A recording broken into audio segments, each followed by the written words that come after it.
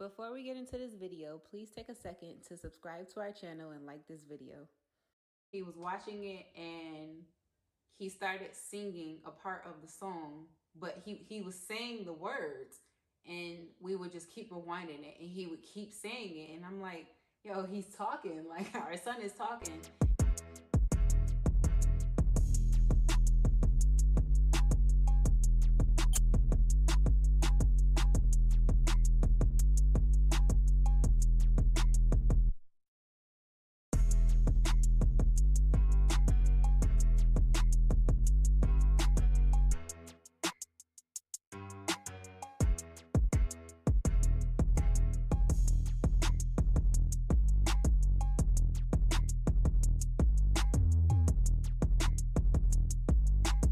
What's up, Chug fam? I'm Diamond and I'm back with another video. So like promised in my last video, I believe it's titled Raising a Child with Autism, I'm going to give you guys a kind of view of our last year after we got our autism diagnosis in February, and kind of give you a timeline of where he was then and where he is now. If you didn't watch that video, I'll link it right here, but I'll give you a brief update. My son is now, he'll be 3 in February. We noticed some changes with him when he was about 1. He got his 1-year-old shots, and he just started regressing. He wasn't talking, and yeah. So we kind of suspected that he had autism, but I didn't really want to diagnose him. So what we did was we got him speech therapy. It was helping, but it really wasn't. So eventually we got into a place called Marcus Autism. They did the diagnosis and he got the diagnosis. Yeah. So he does have autism. In this past year and a half, we've been doing everything possible just to minimize, I guess, the symptoms and what autism looks like in him, because as you know, autism looks different in many different kids. There's really no look to autism, like I said in my last video, but just to give you guys an idea of what it looked like in my child, he wasn't really giving eye contact. He wasn't social at all. We'll go out into public and he'll cry. He wouldn't go to like family members. It took him a long time to warm up to new people. He wouldn't play with his sister. He really just act like she wasn't there. He wasn't really interacting with us much. He would have like deep obsessions with certain things. Say one of his favorite toys was a block. Like he would really obsessed over that toy. So once we got the initial diagnosis, that's when you can get all the help. Really, before you get diagnosed, the only thing that they offer you is occupational therapy, which is kind of, how do I explain it? It looks like play to me, and they claim that he really didn't need it because he functions on that level pretty fine. Like he plays like a normal child would. But it's supposed to help him do things that the other kids in his age would do. So they help on like walking, playing with toys, coloring, all kinds of stuff. He did go for about 3 months, and then when his evaluation came back around, they were like, oh no, he's good. He doesn't need it anymore, which I totally agreed, because I really dreaded taking him there, because I just felt like the things that they were doing there was stuff that he already did, and he really didn't need it. So it was kind of like a waste of our time for that hour every week. But on top of occupational therapy, before he got his diagnosis, he had speech therapy for 30 minutes twice a week. He really didn't do too much the first maybe 6 months. The speech therapist was working on him, his sign language. So she was trying to teach him how to say please and more. And for the first 6 months, he didn't do anything. He didn't make a sign. He didn't make a sound, and he wouldn't sign anything. So the trick to these things is, I guess, just Be consistent and have patience with your child, because eventually they will do it. Consistency is the key. The first 6 months we saw nothing, and we were getting really discouraged because we're like, okay, well, we've heard that once they get into these therapies, like, they're supposed to be super beneficial, and our kid isn't doing anything, so what's going on? So eventually, February comes around and we get our diagnosis. With that diagnosis, the floodgates of therapies open up. They offered us this program called early child was it early childhood? No. What's the program? Early intervention.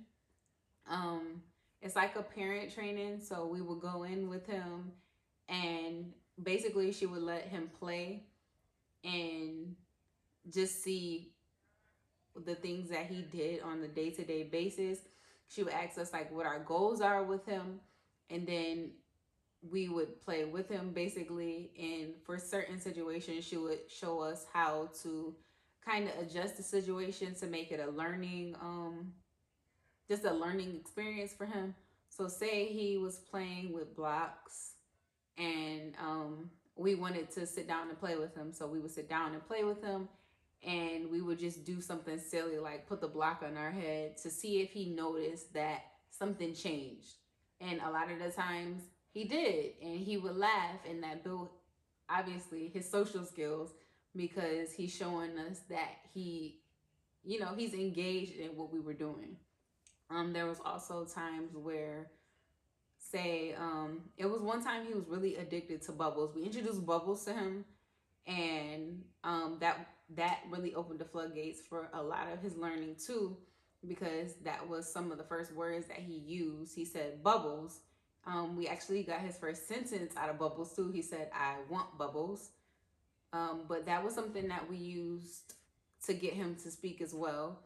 So it had to be something that he really, really wanted. He wanted those bubbles all the time, every time. So we would blow the bubbles and put them away and make him ask for them. And when he asked for them, he would either say please, more, or he would actually speak it and say, "I want bubbles," or bubbles.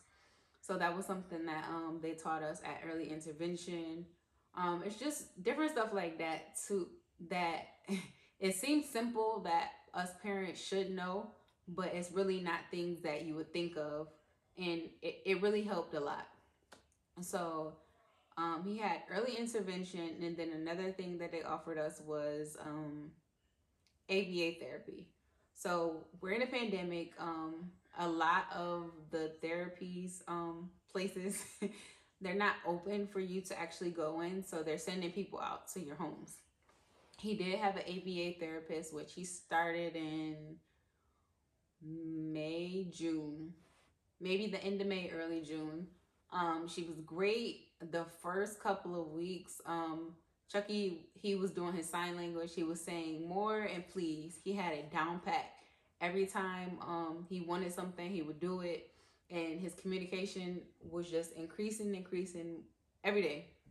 So eventually, we noticed one day he was sitting down watching his favorite show, which is Daniel Tiger. He wouldn't watch anything else.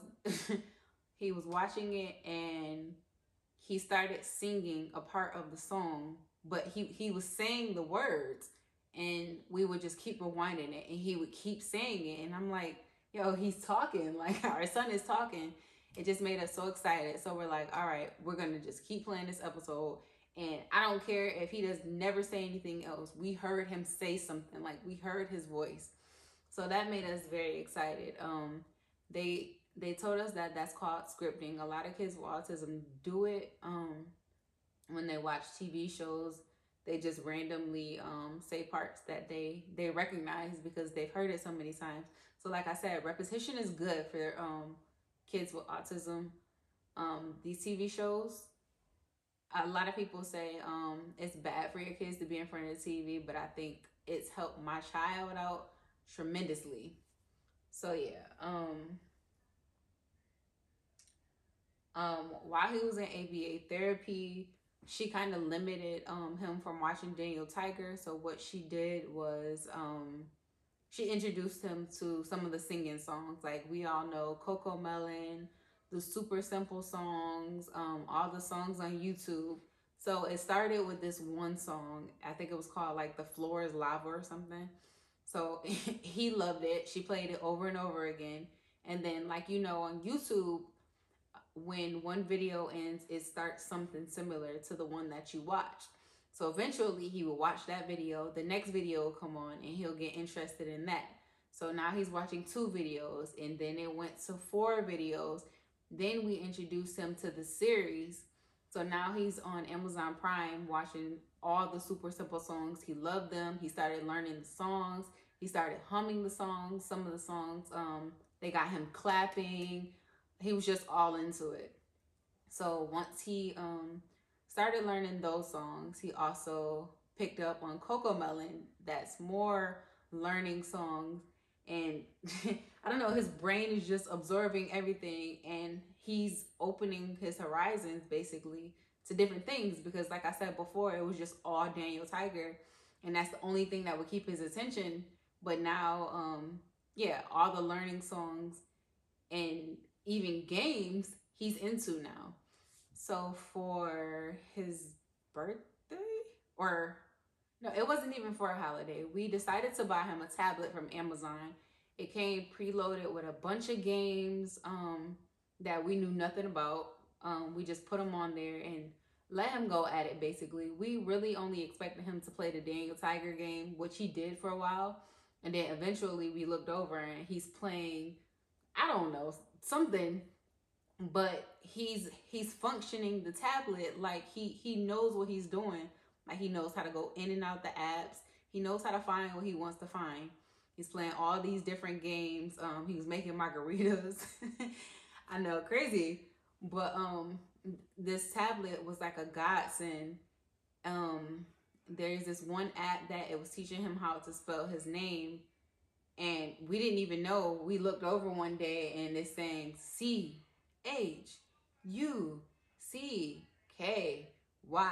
and he's learning how to spell his name. So that was also a big game changer for us, that tablet. Yeah, because it kind of got him away from the TV, even though the TV was good and he was learning. But it was something that if we're out on the road, he can take, and that'll keep him chill. And we just know that is something that he actually wants. So yeah, that was great. So 4 months ago, his ABA therapist, she wasn't really consistent with coming to our home, so we had to let her go, and we didn't realize that it would take so long for him to get another therapist. So he went 4 months without therapy. We thought that in that 4 months that he would kind of suffer with the learning, but he's actually been doing really, really good. I'm actually wondering if he had ABA therapy for those 4 months, where he would be, because in the last 4 months we've seen crazy change in him. Like my son knows his ABCs. I have videos which I'll put in here somewhere of him saying his ABCs.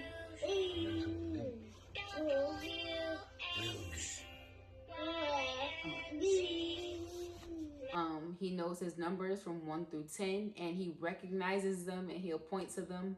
And yeah, my baby can count. 1, 2. What else? He's speaking a lot more. He hit his hand earlier and he said, "Ouch." And my husband was like, "I wonder, is that like something that normally, I don't know, what was he trying to say? Is that like a reaction word when something hurts, like ouch? Like, how did he know to say that?" But he's been saying that so often whenever anything happens, like if he falls or something falls on his foot, he'll say ouch. So that's another one of his words that he's been using, along with go, please, dada. He's been saying why a lot, and I hate it, but he's speaking, so it's okay. He says bubbles. He says thank you. He says Chucky. He says stop. He says hey. He says cup. And it's a few other ones I couldn't remember when I was jotting them down, but his vocabulary is definitely picking up a lot. He's definitely able to tell us when he wants something. He'll shake his head no. He'll take us to something that he wants. He's just doing really, really good. I'm so happy. I'm so amazed, and his journey has just been really incredible, and it touches me just because just a few months ago we were told he has autism, and a lot of people recover, but some don't. Like, I'm in a mom group, and it's so many kids that their kids have autism, and they're like, oh, well, my child didn't speak until he was like 6, or my child didn't speak until he was 15, or I have an adult child that still doesn't speak. And I really don't want that for him. Like, I want him to have a normal life. I don't want kids picking on him. Like, I just want the best for him. And I feel like we're on the path of that right now, and it's amazing. So where are we now? He is back in ABA. He starts Monday with a new therapist, which we're super excited for. Like I said, he's been doing great on his own. So I can just imagine the new things that he's gonna learn to do with this new therapist. So yeah. He also has an interview to start preschool in February. That's something I'm trying to figure out what I want to do with that, because his ABA is from 8 a.m. to 1 p.m., which is basically the same thing as preschool. Well, the same time as preschool, so he would only be able to do one. I think as of right now, I might just keep him with ABA in home. 1, because of COVID, and 2, because it's one-on-one. He loves the one-on-one interaction, and I feel like he'll learn more. But preschool is kind of tugging at my brain, just because I want him around other people, other kids, and I want him to see, them doing what other kids do. Like, all he has is younger siblings right now. They don't talk, and they basically follow everything that he does. So I feel like if he sees other kids his age, that will help him out as well. Don't really know what we're gonna do right now. Maybe he can do preschool during the morning, and we can switch his ABA to afternoons. But we don't want to put too much on him. So like I said, that's just something that I'm trying to figure out right now. But as of right now, before February, he's starting ABA Monday, and I'm really excited. So that wraps it up for this video. I'll insert a few pictures and a few videos of Chucky from the last maybe 6 months. He's such a good kid. He's so cute. He's so smart, and he's doing so well. If you stuck around for this video, thank you so much. If you made it this far, drop a blue heart below and say, we are his voice, because we are. And that's it. We'll see you on the next one. Thank you guys. Bye.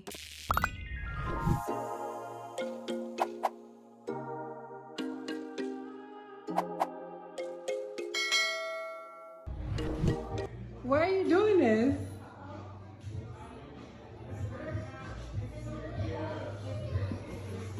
Chucky.